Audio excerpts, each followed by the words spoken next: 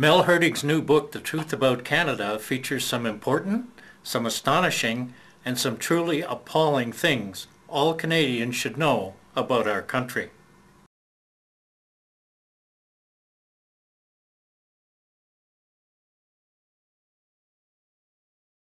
I love this country. I've always loved this country. I think we're incredibly lucky to live in this country.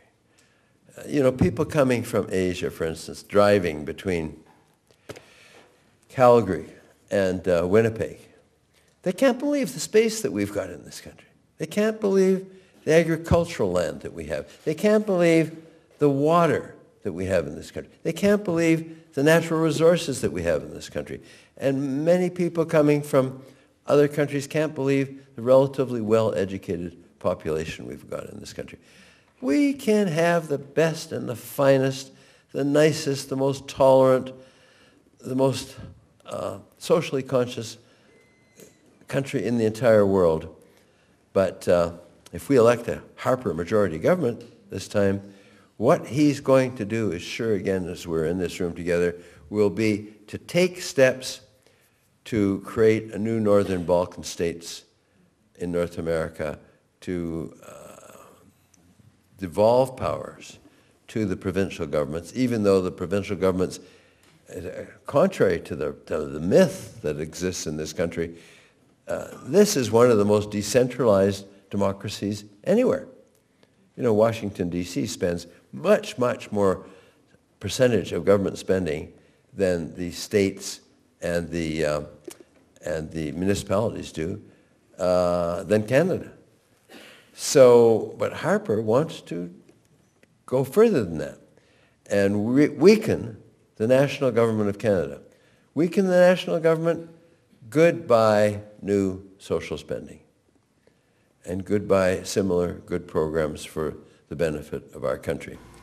Only 5 OECD countries spend less on social programs than we do. So the argument that social programs should be cut is ridiculous. For more information about the OECD, see our second clip on The Truth About Canada. Public opinion polls consistently show that the majority of Canadians put social programs at or near the top of their list of priorities, far ahead of tax cuts, debt repayment, or defense spending. I wrote that book, Pay the Rent or Feed the Kids, after traveling across Canada and studying poverty in this country. And the title came from a very simple place. Almost every time I visited families, I heard people saying, Mel, we're really trying to figure out whether this month, it's the end of the month, we can afford to pay the rent or whether we can afford to feed our children. We shouldn't have that situation in this country. NAFTA agreement. Typical cowardly Canadians. Don't talk about getting rid of the NAFTA agreement. That would be terrible for the country. And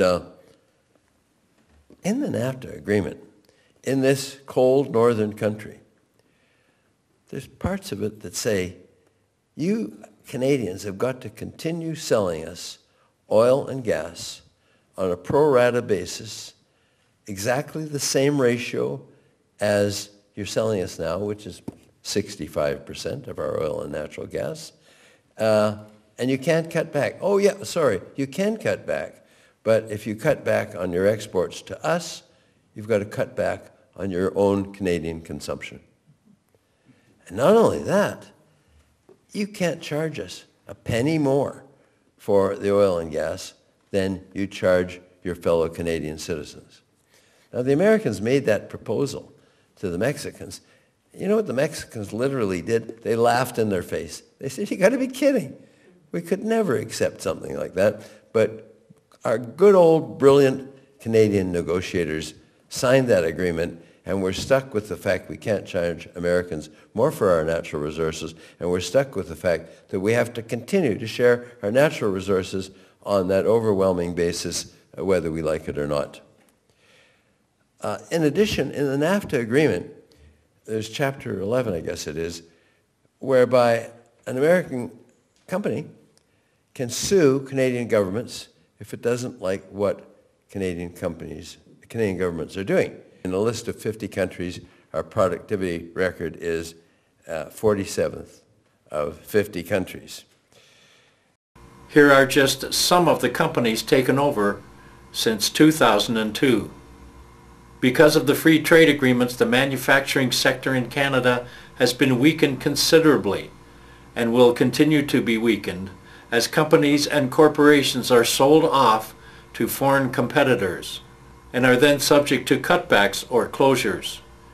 There have been no calls in Parliament, any legislature, the media, or the halls of the Academe for a Royal Commission on the consequences of our economic sovereignty from the unprecedented yard sale of Canadian industrial assets.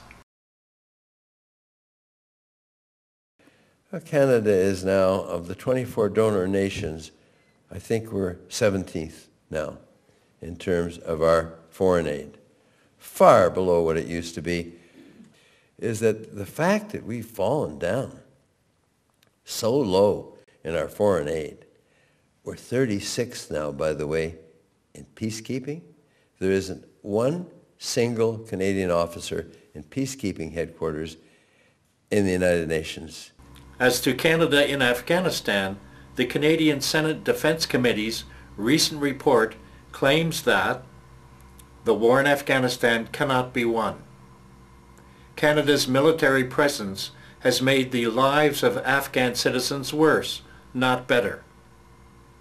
Advances in women's rights, democracy, and education are not happening as Afghanistan does not want to be rebuilt in Canada's image. Astonishingly, in light of these facts, the Defense Committee recommended that defense spending should increase to $25 billion and to $35 billion by 2012. We desperately need a mixed-member proportional representation system. Our current system is so out of whack with the wishes of the people. You get the Green Party getting 650,000 votes and electing not a single member of Parliament. You get the Bloc getting 650,000 votes and electing 21 members of Parliament. And the book, the chapter on democracy, which I think is the most important chapter in this book, explains why it would be so much better to do like 80 other democracies have done and move towards a mixed-member proportional system. Here is Mel's 5-point revitalization program for Canada. 1. Reform the way we elect members of government. Have a mixed-member proportional representation system. 2. Increase taxes on large corporations. 3. Curtail foreign takeovers of Canadian corporations. 4. Increase social spending, particularly on health care and education. 5. Eradicate the unconscionable child poverty levels in Canada. There is a terrible human misery in Canada, and it is a huge injustice. I love David Suzuki's foundation. I love the Sierra Club. I love the Council of Canadians, and et cetera, et cetera. The only way you can do something really important if you're concerned about the welfare of your children and your grandchildren and want them to stay Canadians is to go out and get directly involved in the political process. Now, we fail to teach our young people in this country, both at the high school level and at the early years of university, how important it is to get involved in politics. And if they don't get involved in politics, it leaves politics up to the big law firms and the big oil companies and the big accountant companies, etc. And that's been a major failure of ours, failing to teach young people to go out and get involved in politics. For more information about these and many other topics, read The Truth About Canada by Mel Hurtig.